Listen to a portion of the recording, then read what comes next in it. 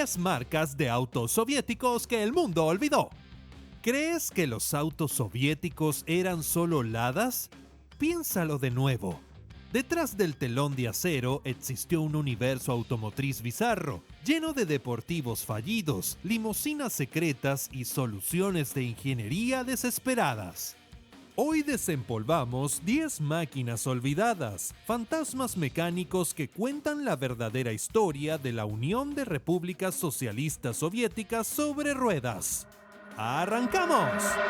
Número 10. El SIS 101A Sport. Para arrancar esta lista, primero quiero que imagines que estás en 1939 y eres un diseñador soviético con alma de deportivo. ¿Qué haces? Tomas el chasis de una gigantesca limusina SIS de 7 plazas y lo conviertes en un biplaza. Este es el SIS 101A Sport, el Morgan ruso.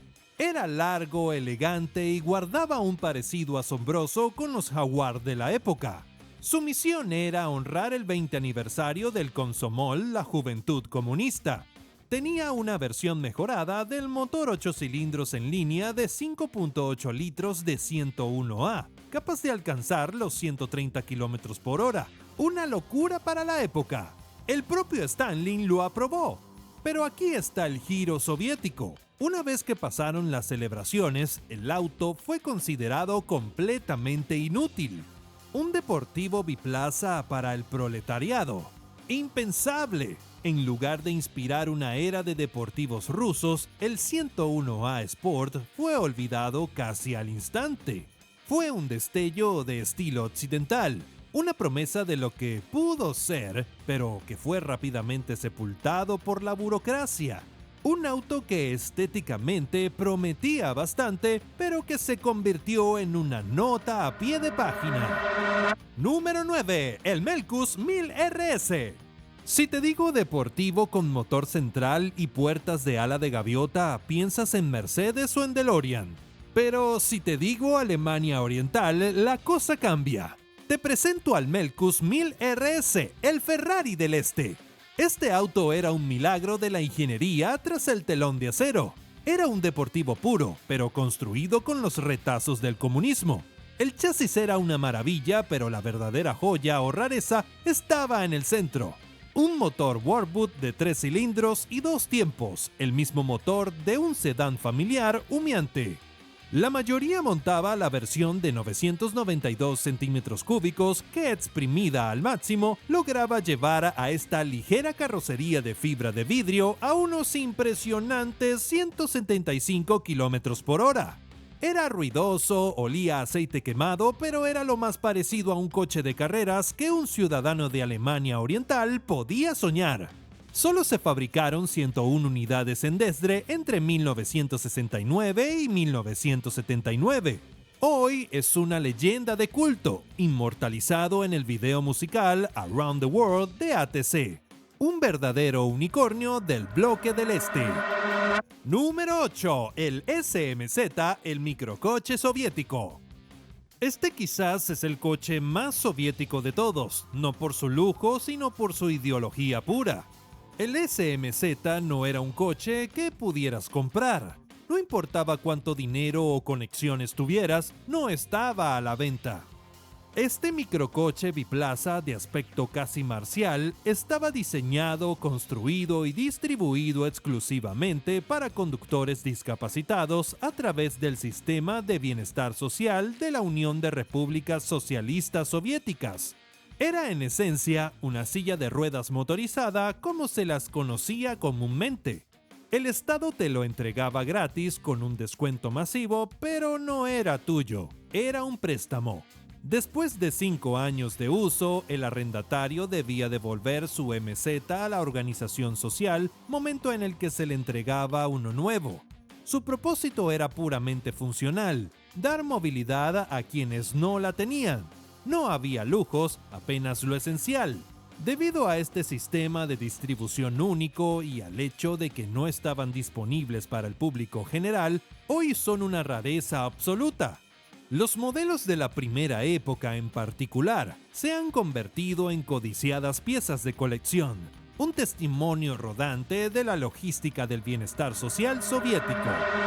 Número 7. El IZH 2125 Combi.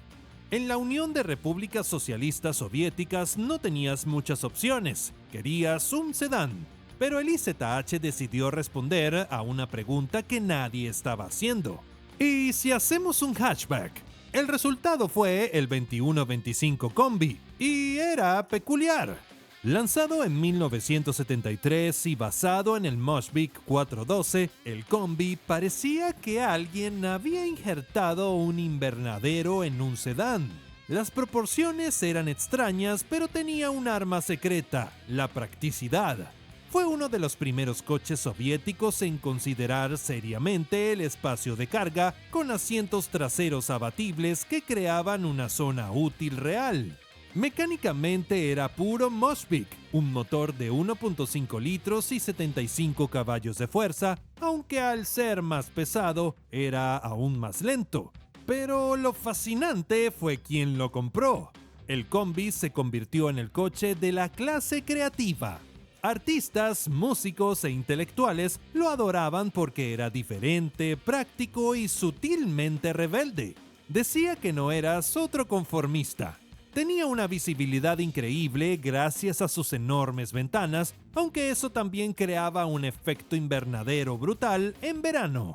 Lo que pasó después con el Combi deja claro que no importa su origen. Cuando un coche es bueno, no necesita hacer mucho ruido para causar sensación. Número 6. El RAF 2203. No todos los vehículos soviéticos eran coches personales. Algunos eran los caballos de batalla que movían a la sociedad, y el RAF 2203 era el principal. Fabricado en Letonia, no en Rusia, este minibús se convirtió en el ícono del transporte público. Si viviste en la Unión de Repúblicas Socialistas Soviéticas, viajaste en uno de estos. Eran los taxis de ruta, las ambulancias, las furgonetas de policía e incluso los coches fúnebres. Su diseño era inconfundible, un perfil bajo distintivo, casi como si alguien se hubiera sentado sobre una furgoneta normal y un parabrisas frontal masivo. Este parabrisas daba una gran visibilidad, pero también convertía la cabina en un sauna durante el verano. Con un motor de 2.4 litros prestado del Volga, con una fuerza de 95 caballos de fuerza, no era rápido, pero su suspensión suave estaba diseñada para absorber las peores carreteras, haciendo que el viaje se sintiera como un barco en mar agitado. La calidad de construcción era sorprendentemente buena para los estándares soviéticos y su versatilidad era legendaria. El RAF 2203 era el vehículo que llevaba a los niños a los campamentos y a los trabajadores a las fábricas, un pilar olvidado de la vida diaria soviética. Número 5. El SAS Zaporozhets. Si los coches tuvieran personalidad, el Zaporozhets sería el payaso de la clase. Era el blanco de todos los chistes soviéticos. ¿Cómo duplicas el valor de un Zaporozhets? Llena el tanque. Fue la respuesta de la Unión de Repúblicas Socialistas Soviéticas al Volkswagen Beetle. Pero donde el Beetle tenía encanto, el SAS tenía carácter. Su diseño era único, proporciones extrañas, corto por delante, largo por detrás. Su motor era una rareza, un V4 refrigerado por aire montado en la parte trasera que producía entre 23 y 40 caballos de fuerza. Era tan ligero que un viento fuerte podía sacarlo del camino. Pero esa ligereza y simplicidad significaban que podías sentarte en el parachoques trasero y arreglar el motor tú mismo. Estaba lleno de peculiaridades, como un sistema de calefacción que según el viento te congelaba o te gaseaba con humos del escape. Era el coche más barato, destinado a pensionistas, estudiantes y familias jóvenes que no calificaban para nada mejor. Podía ser terrible según cualquier medida objetiva, pero con más de 3 millones construidos, fue el coche más democrático de la Unión de Repúblicas Socialistas Soviéticas. Fue el boleto para la libertad para millones, aunque esa libertad incluyera mucho empujar. Número 4. El Tatra 603. Este no es un coche soviético sino checoslovaco, y es quizás el vehículo más fascinante e intimidante del bloque del Este. El Tatra 603 era una obra de arte aerodinámica y curvilínea con motor trasero que parecía sacado de una película de ciencia ficción de los 50. Pero no podías comprarlo. Estaba reservado exclusivamente para funcionarios de alto rango del Partido Comunista y directores de fábrica. Era el coche de la élite. Ver uno en tu espejo retrovisor significaba que estabas en problemas. Se fabricaron 20.422 unidades entre 1956 y 1975, casi todas a mano. Pero su historia de producción es única y un ejemplo temprano de economía circular. Cuando salía un modelo más nuevo, los funcionarios devolvían sus 603 antiguos a la fábrica. Allí los coches eran completamente desmontados y reconstruidos con el estilo y las mejoras del modelo más reciente. Esto significa que la fecha de producción original de un Tatra a menudo no coincide con su apariencia. Era un coche imponente, lujoso para sus estándares y con un diseño inolvidable. Número 3. El UAZ469 La Cabra. Mientras el UAZ452 era la hogaza de pan para los granjeros, el UAZ469 era el puño de hierro del Ejército Rojo. Este es el todoterreno militar soviético por excelencia, el equivalente al Jeep Willys, pero construido con la filosofía de la fuerza bruta. Apodado Kozel la Cabra, este vehículo hacía honor a su nombre. Estaba diseñado para escalar, vadear y agacharse a cualquier terreno imaginable sin importar el clima. La comodidad no era una opción, la durabilidad lo era todo. Originalmente introducido en 1971 para uso militar y de unidades paramilitares en todo el bloque del Este, el 469 no estaba disponible para la compra pública. Solo años después, los civiles pudieron adquirir unidades vendidas como excedentes militares. Era simple, increíblemente robusto y fácil de reparar con un martillo. Su capacidad era tan legendaria que incluso sirvió de base para el UAZ-3907 Jaguar, una versión anfibia con hélices que podía cruzar ríos. El 469 es un verdadero ícono olvidado, un símbolo de la maquinaria militar soviética que podía y lo hizo ir a cualquier parte. Número 2. El Moskvik 412. Antes de que el Lada se convirtiera en el rey indiscutible, la aspiración de la clase media soviética tenía un nombre: Moskvik 412. Lanzado en 1967, este sedán cuadrado era la respuesta de la Unión de Repúblicas Socialistas Soviéticas al Ford Cortina, y conseguir uno requería una lista de espera que podía durar años. Su ingeniería era inteligente. Estaba basado en el diseño del Opel Kadett adquirido por los soviéticos como reparación de guerra. Bajo el capó, un motor 1.5 litros y 75 caballos de fuerza que no era rápido, pero sí increíblemente fiable. La verdadera magia del 412 era su durabilidad. Estaban construidos como tanques, con acero grueso, diseñado para sobrevivir 30 años de inviernos rusos y carreteras brutales. El interior era espartano hasta el extremo, asientos duros como el hormigón, sin lujos, pero el calefactor era legendario por su potencia. Poseer un 412 era un símbolo de estatus. Era el coche de ingenieros, maestros y burócratas de nivel medio.